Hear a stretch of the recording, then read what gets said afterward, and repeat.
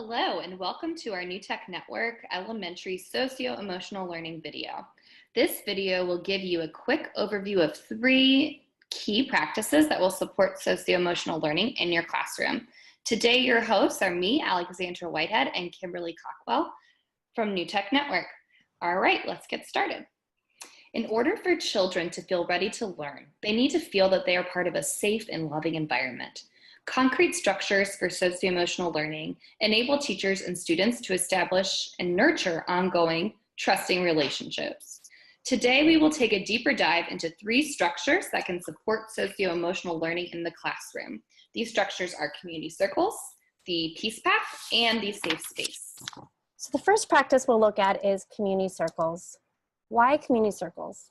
Community circles are a way to set the tone for the day. They help develop a strong and safe learning environment. What are community circles? You might have heard them referred to as morning meeting, and they involve students forming circles, checking in, and taking time to reflect on and develop social and emotional learning skills. Many teachers do this in the morning, and the benefit is to really make sure that students are having opportunity to connect and interact with each other. Here's a general structure for community circle that you might follow. Start with a greeting. Greetings provide opportunities for students to connect through sharing, storytelling, or team building activity. Make sure that there are norms and structures in place to ensure a safe space for participating. Make sure you have opportunities to connect and have an activity for them to participate in together. Lastly, provide an opportunity for students to grapple or have a discussion.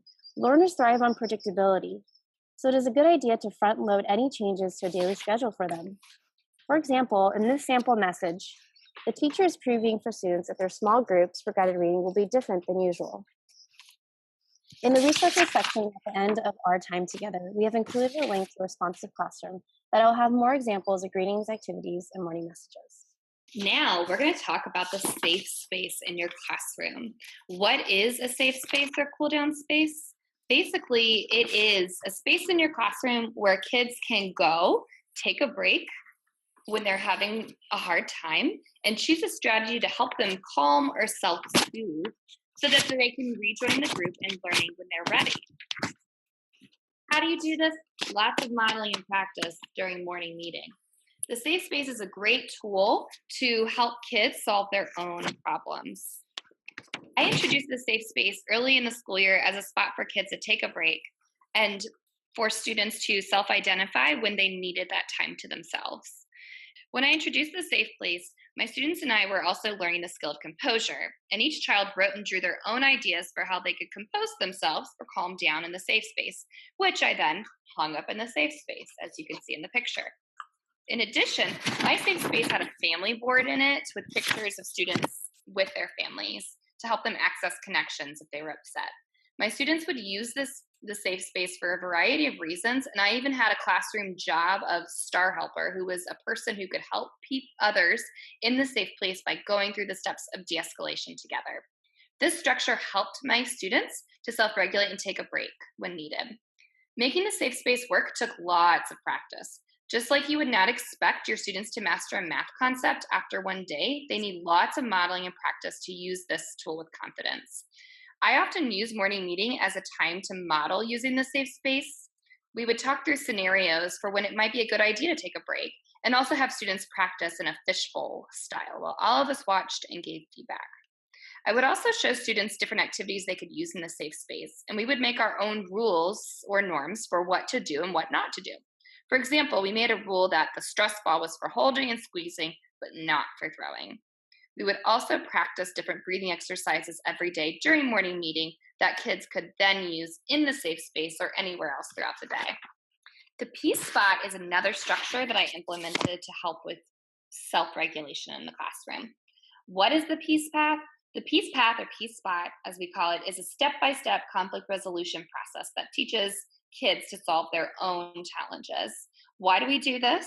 Because it empowers children to self-regulate and to develop lifelong communication skills. It helps them engage in dialogue that honors both sides and cultivates specific skills to transform hurtful words or actions into life lessons through respectful but assertive conversation. The peace spot was tricky to implement in the classroom and definitely took lots of lessons, modeling, and practicing with students using authentic problems. The students used the Peace Spot to solve disagreements with their peers through this process. By including explicit steps and pictures in our Peace Spot sign and even sentence starters, my kids had a reference to use when expressing their problems to each other. Students identified when they wanted to take a problem to the Peace Spot and ask their peer to go with them. Sometimes students needed encouragement from others to use this exercise. And so a student helper would again also often help friends facilitate the process. This structure empowered my students to solve their own disagreements with words and to self identify when they needed to talk it out with a peer, allowing them to better manage their impulses. How do you implement a peace spot in your room? First, find a location for your peace path. Second, introduce it to your students and model and practice explicit steps to engage in respectful and constructive conflict resolution. 3, create norms and agreements for engaging in the peace path.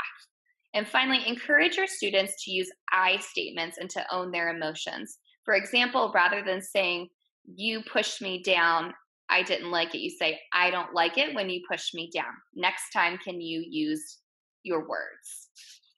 Now that you have the chance to learn about 3 practices, we'd like you to think through some next steps. First, reflect on your current focus on SEL in your practice. What is working? What challenges are you seeing in your culture that you would like to address? When considering next steps, think about what you would like to implement next in your classroom.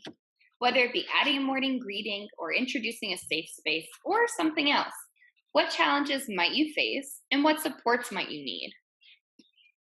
Also, consider how you involve students in building culture with strong social-emotional learning. How can you get student feedback and ideas? What roles or structures might students take to ensure that this culture continues to grow? Finally, remember that with all adult learning, it will take lots of practice, positivity, and reflection to get these elements right in your classroom. It takes at least 21 days to build a habit, and classroom routines and procedures are no exception to that rule. To support you in your work further, we have linked several resources that could be helpful as you consider to explore SEL in your classroom. You can also feel free to reach out to us through email if you would like a thought